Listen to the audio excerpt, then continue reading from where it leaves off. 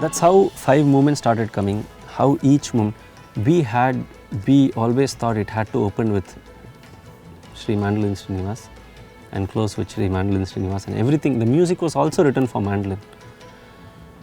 Everything was happening, and then this one, and I still remember when Mandolin Srinivas ji was leaving my studio, he came to me and he said, "Sir, இது எப்படியான்னு நடக்கணும் sir, இது நடந்ததுன்னா இந்த சுவாமிகிட்ட சொன்ன வார்த்தை பழிச்சா மாதிரி sir, இந்த சிம்ஃபனி நல்லா நடக்கும் சார், சூப்பராக நடக்கும் sir. That means, sir, somehow this has to happen." He was like a baby. He was so enthusiastic. His brother was also there. Somehow this has to happen. Sir, if this happens, I told Swami, sir, one day such a thing should happen, sir. This will happen, sir. It will be so glorious. Like a baby he was going. And then when he went back home, he had sent me a text message saying, waiting to start this work. Wow. I still have that phone. I kept the phone intact with me, I cannot lose that message. And then few weeks passed by. All of a sudden we came to know he was not well.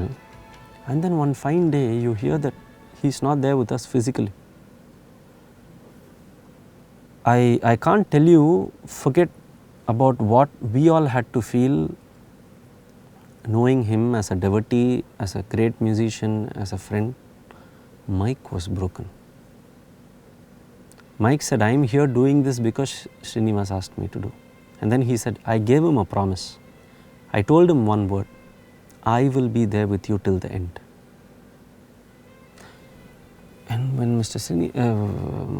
Mandolin Srinivas was not there with us, spoke to the All India President then, and then he said, "Shravanam, we'll see if Mike is going to do any music now that Srinivas is not there. We don't know. Is he going to continue doing the symphony or not?" So these are things that people have not known, what had happened, how this had come about. Don't know. The we need to write to him. We need to write to him. And then I wrote to Mr. Mike, and then he wrote back saying, "I will write back to you." And it was just one line. I tried to call him. No, he was not with the phone and other things. And then after a long time, he called me up and he was weeping. He said, "I am not able to take this." To come out of this pain, he said he was carrying stones in his garden to ventilate himself. He said, "I was physically draining myself to ensure I don't go so depressed." Oh my God. Will you believe this? He must be wondering when I am saying these stories when he sees this. He was telling I was lifting stones to come out of it.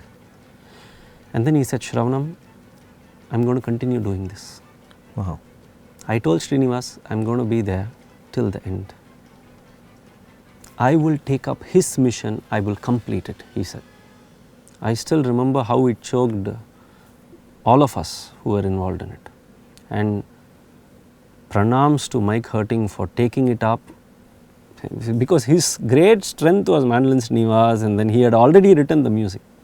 And we had his brother play the music on behalf of his brother, Srinivas. So that's how I have like stories, endless stories, the way it came. And I know. Yeah. I think it is so moving. I think yes. When you this more than the music, I think what it has done to every heart, just like any project of Bhagwan, it's not a project with a mission to uplift poverty or to elevate someone. It is a mission always only to touch hearts. And I think that is the most beautiful part of this symphony.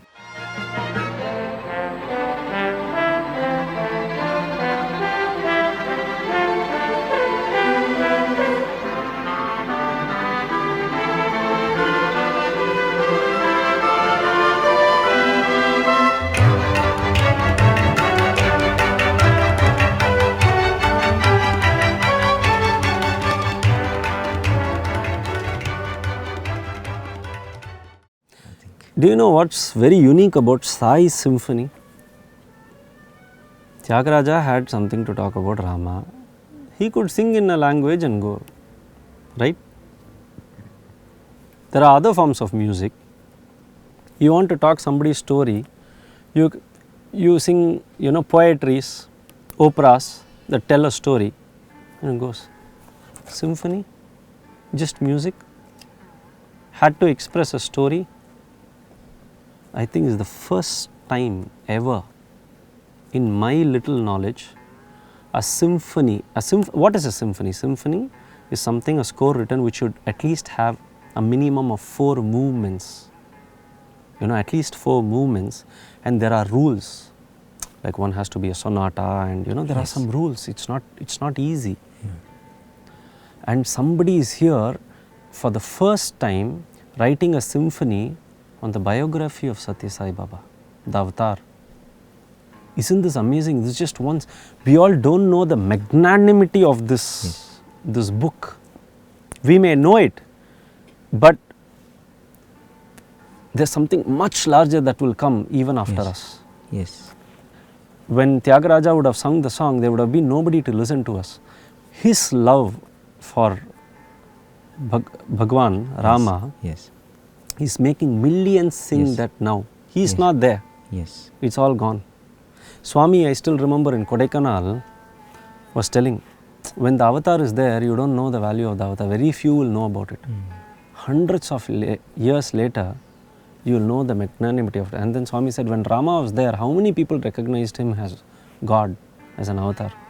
They just treated him. They even sent him to the forest. How many treated Krishna like an avatar? But who is Rama now? Who is Krishna? Why was Jesus crucified? Swami was telling. He was casually speaking. I was sitting next to him. Swami said, Jesus.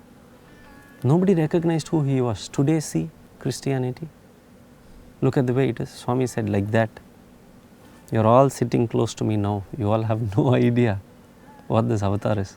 Wow. But years later, he said Puttaparthi will be the pilgrimage center of the world. And I'm telling you, these are all small shoots of those messages, because you have different industries. You have various industries. Music is one industry. And in an industry called music, a symphony is one of the greatest works that can go. Pages of music written and played by many musicians. You have a symphony on Sathya Sai Baba. Isn't that so amazing? Yes. I mean, do you think it is easy to do this? What has happened is, in the industry of medicine, you have a hospital. Yes. Right? Yes. Public relations and this, you have water project of Swami. Yes. Orphanages. Yes. For music. Yes.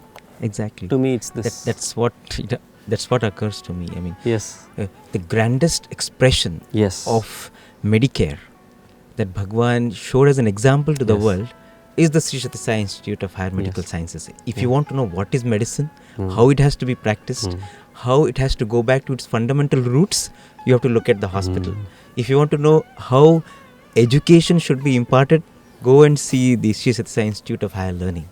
Now, if you want to know what is the purity of music, why music came into existence and how it should be performed, how it should be played, so that it again goes back to its fundamentals. I think this was a grand illustration of that. Because you had none of them came with any other motive than to just express their emotion to Bhagwan.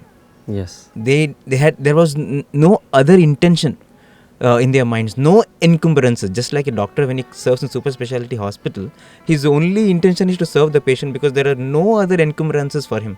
Because everything else is taken care of by the institution for the patient as well as for the doctor.